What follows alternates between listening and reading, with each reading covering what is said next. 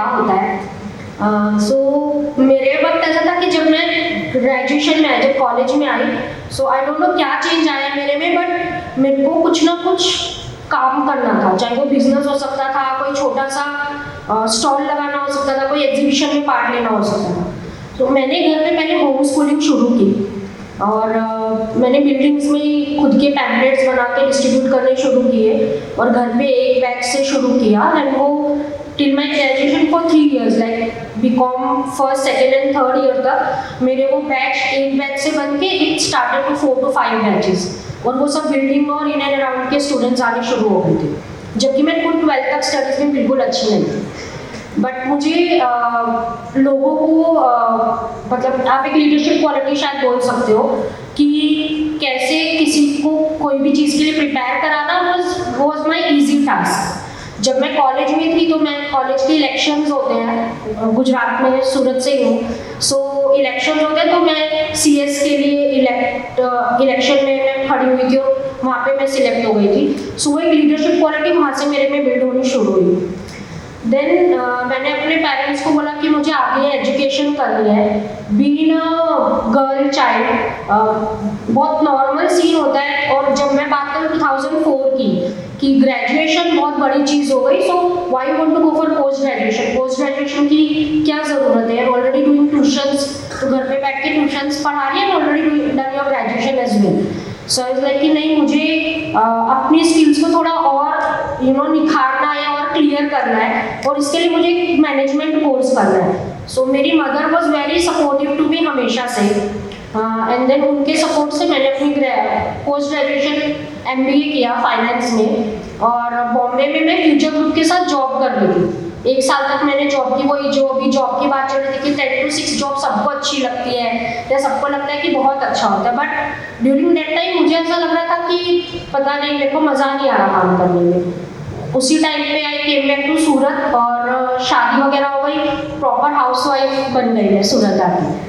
And जैसे कि सूरत में सबका मेजरली टेक्सटाइल बिजनेस होता है, मेरे हस्बैंड भी टेक्सटाइल में ही थे, और मैंने उनको बोला कि मैं पढ़ी लिखी हूँ, मुझे कुछ काम करना है। सो उन्होंने शुरू किया कि ठीक है, तू फैक्ट्री आना शुरू कर, दिन में 2 घंटे आएगी, तेरा टाइम पास हो जाएगा। बट मुझे वो टाइम पास करने के लिए काम नहीं करना था। मेरा मेन प्रॉब्लम ये था कि मुझे इसलिए काम नहीं करना है क्योंकि 2 घंटे मेरे यूज़ हो जाएंगे अगर मैं फैक्ट्री जा रही हूँ और टेक्सटाइल का बिजनेस देख रही हूँ या कुछ कर रही हूँ। फिर I was blessed with a baby, और जब मेरे बेबी हुआ ड्यूरिंग वो पूरा टाइम लाइक मास्टर से लेके वो बच्चे तक का जो पूरा जर्नी था, 5 years का वो पूरा जर्नी था, तो वो पूरे जर्नी में लगा कि मुझे कुछ तो करना है, बट पता नहीं था क्या। और एट द सेम टाइम अगर कोई हाउसवाइफ होती है, लेडी होती है या एक गर्ल चाइल्ड होती है, वो अगर अपफ्रंट आके बोलते कि मुझे बिजनेस करना है ड्यूरिंग दैट टाइम, अभी के सिनेरियो इज कम्प्लीटली चेंज। अभी बहुत कुछ चेंज हो चुका है ऑलरेडी। वुमेन एंटरप्रेन्योर को बहुत हाइप कर रहे हैं, वुमेन वर्किंग को लेके सब लोग बोल रहे हैं। मैं यहाँ पे देख रही हूँ कि मोर देन 60% वुमेन टीचर्स हैं। सो अब बहुत सारा सिनेरियो चेंज हो गया, बट ड्यूरिंग दैट टाइम सबको लगा कि क्या बिजनेस करोगे as a women, how you will be able to do the business, क्या स्टार्ट करोगे, कैसे स्टार्ट करोगे। सो ड्यूरिंग दैट टाइम मुझे एक आइडिया क्लिक हुआ बेबी फूड, बिकॉज जब मेरे बेबी हो आई वॉज वेरी फर्म कि मुझे इसको कुछ भी हेल्दी देना है। यू विल सी मी, मैं एक सैरेलैक नेस्ले का जो सैरेलैक चाइल्ड हूँ, आई वॉज वेरी हेल्दी क्योंकि मैंने बचपन में बहुत सैरेलैक खाया है। सो मेरे को ऐसा था कि मेरे को अपने बच्चे को वो सेम प्रोडक्ट नहीं देना है, मुझे उसको थोड़ा फिट और अच्छा बिल्ड का रखना है। सो मैंने अपने घर पे दादी नानी जो अपने ट्रेडिशनल लोग होते हैं उन सबको कंसल्ट करना शुरू किया। उन लोगों ने मुझे इंडिया के कुछ मिलेट्स के बारे में बताया, उसको यूज़ करके मैंने अपनी कंपनी शुरू की।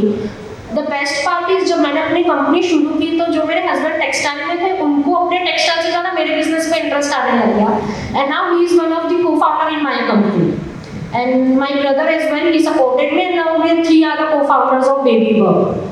और ऐसे करके बेबी बब की जर्नी शुरू हुई। अब यहाँ पे जब मुझे बुलाया गया कि I need to guide for the career, so I was like कि मैं कैसे किसी को गाइड कर सकती हूँ। I am still in my very learning stage, मैं खुद अभी सब कुछ सीख रही हूँ, सो मैं किसी को कैसे गाइड कर सकती हूँ। सो 2-3 चीज़ें जो शायद मेरे एक्सपीरियंस ने मुझे सिखाई है। कि अगर कोई स्टूडेंट या टीचर अगर उसे ये पता लगा रहा हो कि वो एक एंटरप्रेन्योर बन सकता है या नहीं, 3-4 चीज़ें जो बहुत ज़रूरी है। सबसे पहले तो रिस्क फैक्टर, वो रिस्क ले सकता है या नहीं, ये स्टूडेंट को खुद को पता होता है। जब उसकी वो स्टूडेंट जर्नी चल रही होती है उसी टाइम पे वो स्टूडेंट को पता चल जाता है। दूसरा लीडरशिप क्वालिटी, अगर आप ग्रुप ऑफ 10 या ग्रुप ऑफ 15 या ग्रुप ऑफ 100 पीपल है, आप उनको कैसे मैनेज कर पाते हो, आपकी कन्विंसिंग स्किल्स कैसी है, आप कैसे लोगों को मना सकते हो, उस पर डिपेंड करता है। और थर्ड कि प्रेशर लेना, क्योंकि अगर 10 to 6 का आप जॉब करते हो, वो जो टारगेट देते हैं उसके प्रेशर से कंपैरेटिवली कंपनी चलाने का pressure is way too much, मतलब टू मच। हर चीज़ें आपको चेक करनी पड़ती है। आज मेरे अगर ऑर्डर्स आते, मेरा एक ऑनलाइन D2C ब्रांड है बेबी फूड, सो मेरा वो ऑर्डर कैसे पैक होगा, ऑर्डर के अंदर क्या जाएगा, छोटी छोटी चीज़ें, क्योंकि मैंने होम बेस्ड कंपनी शुरू की थी। हर चीज़ों को, इसकी मार्केटिंग कैसे होगी, ब्रांडिंग कैसे होगी, मतलब मेरे को मैथ्स, साइंस, टेक्नोलॉजी, ये सारी चीज़ों को याद करके मेरे को अपनी कंपनी चलानी पड़ती है। सो ये कुछ स्किल्स है जो कि एंटरप्रेन्योर स्किल्स होनी चाहिए। सेकेंड, अगर आपको लगता है कि नंबर्स में आप बहुत अच्छे हो, सो आई वुड से कि you should go for CA, CS, बहुत सारे अभी करियर ऑप्शंस है where you can go. Third, अगर आपको लगता है कि मैं कन्विंसिंग में बहुत अच्छा हूँ, मैं किसी को भी बहुत इजीली कन्विंस कर सकता हूँ, so for that you can go for marketing. अभी मार्केटिंग में बहुत वास्ट एरिया हो गया, पहले मार्केटिंग बहुत छोटा सा टर्म था, अब वो बहुत ह्यूज हो गया है, so you can go for marketing. So I believe these are the different perspective जहाँ पे हम स्टूडेंट्स को गाइड कर सकते हैं। जैसे कि अभी अमित सर बोल रहे थे कि बीज तो हो गया, बट बीज को अपने आप खिलने दो। सो आई बिलीव वो स्टूडेंट खुद एनालाइज कर सकता है with the help of teacher of course, और वो टीचर्स भी एनालाइज कर रहे थे कि एक स्टूडेंट के अंदर क्या कैपेबिलिटीज और क्या रिस्पॉन्सिबिलिटीज लेने की क्षमता वो रखता है। So this is my take on career. Thank you so much.